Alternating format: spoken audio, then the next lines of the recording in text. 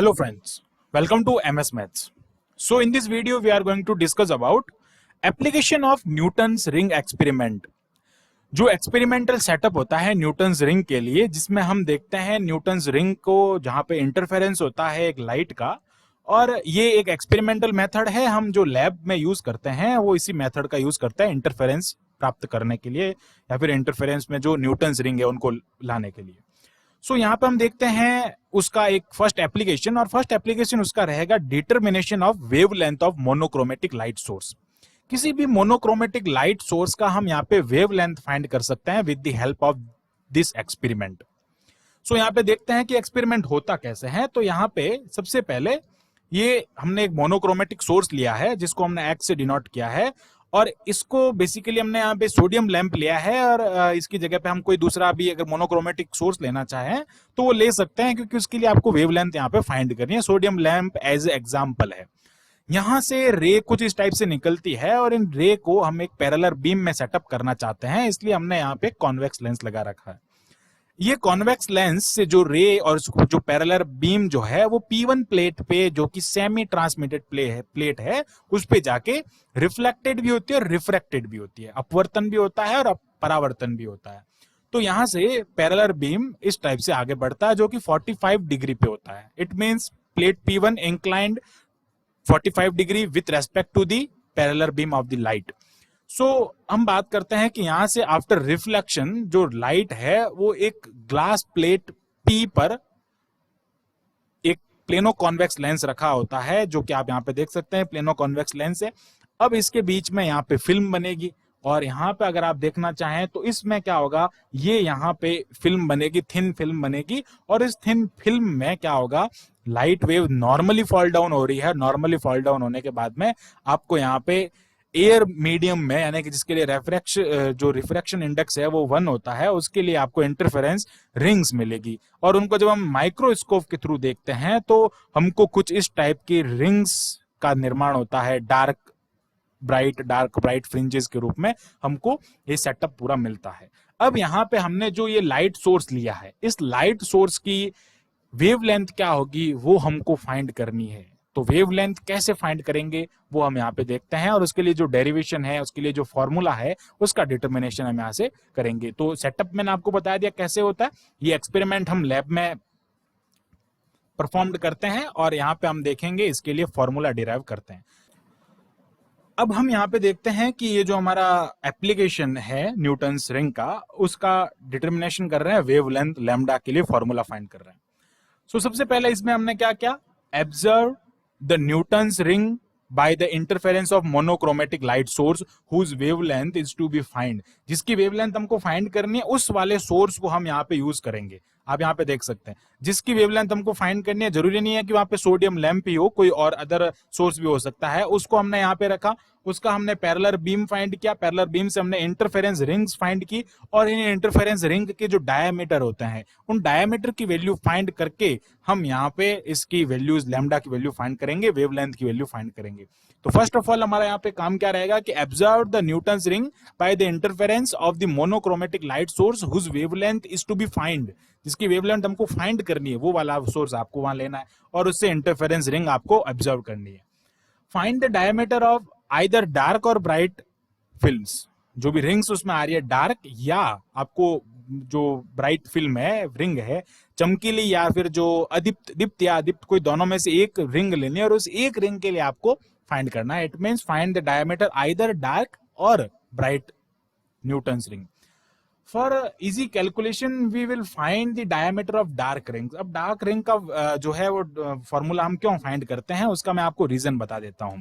उसका रीजन बस इतना ही है कि जो डायमीटर होता है ब्राइट फ्रिंज के लिए, मैं यहाँ पे दोनों के डायमीटर लिख लेता हूं।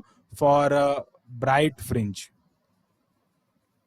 ब्राइट रिंग के लिए जो डायमीटर होता है जिसको हम DN कहते हैं, उसका फॉर्मूला होता है रूट ऑफ 2RN। ओके, इसको इस टाइप से लिखते हैं, या फिर हम इसको ऐसे भी लिख सकते हैं 2 root of R 2n+1 lambda upon 2। So this is the formula for bright ring.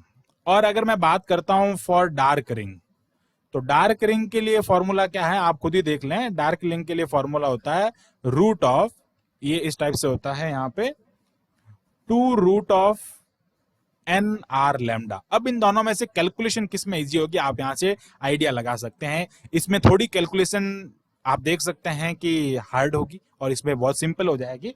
So due to calculation issue we will use the formula of dark ring. यहाँ पे हम जो भी रिंग की डायमीटर फाइंड करते हैं वो डार्क रिंग की हम एक्सपेरिमेंट लैब में जो परफॉर्म करते हैं वहां पे भी हम डार्क रिंग का ही यूज करते हैं। तो यहाँ पे मैंने लिख रखा है कि for easy calculation we will find the diameter of dark rings. Okay, वो उसका रीजन भी मैंने दे दिया कि इजी कैलकुलेशन कैसे होगी। सो यहाँ पे डार्क रिंग्स को हम लेट करते हुए कंसीडर करते हुए इसकी वैल्यू फाइंड करते हैं। तो फर्स्ट मैं यहाँ पे लिखता हूं जो पॉइंट्स मेरे को लिखाने थे वो मैंने आपको यहाँ पे बता दिया, पॉइंट्स मैं अब नहीं लिखूंगा वापस। और अब हम बात करते हैं कि डार्क फिल्म का जो डायमीटर है वो क्या होता है। तो मैं यहाँ पे लिखता हूं diameter of dark ring. Dark ring का डायमीटर क्या होता है dn is equal to 2 root of n R lambda. Okay, हमको लैम्डा की वैल्यू फाइंड करनी है। अब यहां पे मैं फर्स्ट बात करता हूं फॉर n, ये किसके लिए हो गई for nth dark fringe, for nth dark fringe. ये nth डार्क रिंग या डार्क फ्रिंज के लिए होगी। इसको मैं इक्वेशन नंबर 1 लेट कर लेता हूं। ओके, और यहां से अगर मैं इसका स्क्वायर भी अगर करता हूं इक्वेशन नंबर 1, इसको नहीं लेट करके मैं dn स्क्वायर इसका अगर कर लेता हूं तो ये हो जाएगा 4nr लैम्डा, जो कि और भी इजी हो जाएगा। सो ये हो गई इक्वेशन नंबर 1। अब हम किसके लिए फाइंड कर रहे हैं for n plus m। It means उसकी जस्ट आगे वाली भी हो सकती है या फिर कोई mth हो सकती है। For m plus m ring के लिए अगर हमको फाइंड करना है डायमीटर, तो इसके लिए डायमीटर क्या हो जाएगा dn प्लस m। यहाँ पे आपको क्या करना है n की जगह पे m पुट करना है, तो ये हो जाएगा 4n plus m r lambda. So this is the equation number 2। अब आपको क्या करना है यहाँ पे इसका जो है आप यहाँ पे डिफरेंस ले लेते हैं।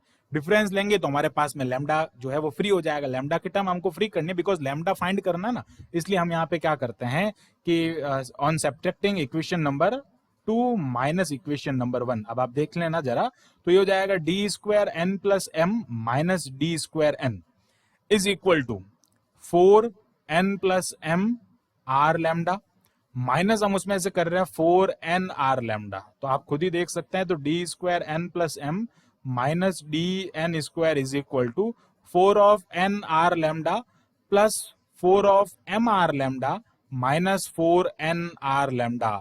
ये टर्म इस टर्म से बिल्कुल कट हो रहा है और ये हो रहा है D square n plus m, ये m प्लस एन वो ये की बात होती है, माइनस ये हो जाएगा D square n is equal to 4m R lambda. m कोई भी वैल्यू हो सकती है, m यहाँ पे क्या है इंटीजर है, 1 2 3 कुछ भी हो सकता है, इंटीजर है, पूर्णांक है।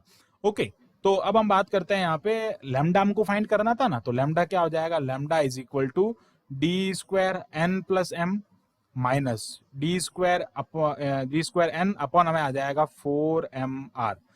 m हमको पता है इंटीजर होता है, radius of curvature of plano convex lens, ये r क्या है यहाँ पे radius of curvature, radius of curvature of that lens, जो हम लेंस का यहाँ पे यूज करते हैं। आप देख सकते हैं यहाँ पे ये जो लेंस है ना, इस लेंस की जो रेडियस ऑफ कर्वेचर है उसको हमने r लेट किया, यहाँ पे कोई पॉइंट होता है। तो अब देख सकते हैं आप यहाँ पे कि हमने जो है यहाँ पे लैम्डा की वैल्यू फाइंड कर लिया। ये हो जाएगा बेसिकली लैम्डा के लिए फॉर्मूला, और इस फॉर्मूले का हम यूज करते हुए इसकी वेवलेंथ फाइंड कर सकते हैं जिसका भी हम इंटरफेरेंस यहाँ पे करवा रहे हैं। सो आई होप आपको ये जो डेरिवेशन है बहुत ही इजी लगा होगा, बिकॉज इजी है ये तो। So thanks for watching this video, keep watching MS maths and subscribe the channel MS maths.